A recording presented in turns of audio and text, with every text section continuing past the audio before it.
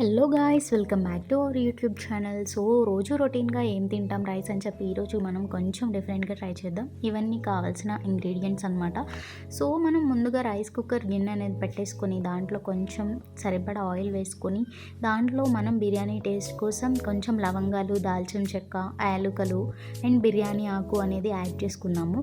ఇంకా కొందరు ఏవేవో ఫ్లేవర్స్ కోసం యాడ్ చేసుకుంటారు కదా, జాజికాయలు సంథింగ్ అలాంటివి. మీరు అవి ఉంటే అవి కూడా యాడ్ చేసుకోవచ్చు. సో ఇక్కడ నేను లిమిటెడ్గా ఇంట్లో ఉన్న వాటితో చేసేస్తున్నాను.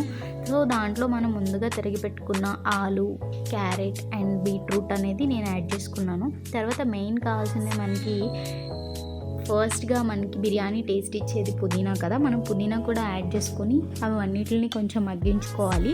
అంటే హాఫ్ మగ్గేలాగా మనమైతే చూసుకోవాలి. సో అలా వేయిస్తూ ఉండగా మనం కొంచెం టేస్ట్ కోసం అల్లం వెల్లుల్లి పేస్ట్ అండ్ మీ దగ్గర బిర్యానీ మసాలా ఉంటే బిర్యానీ మసాలా కూడా యాడ్ చేసేసేయండి ఇందులో. ఇన్ కేస్ మీ దగ్గర బిర్యానీ మసాలా లేకపోతే దానికి వచ్చేసి ఏదైనా గరం మసాలా లాంటిది అయితే మీరు యాడ్ చేసుకోవచ్చు.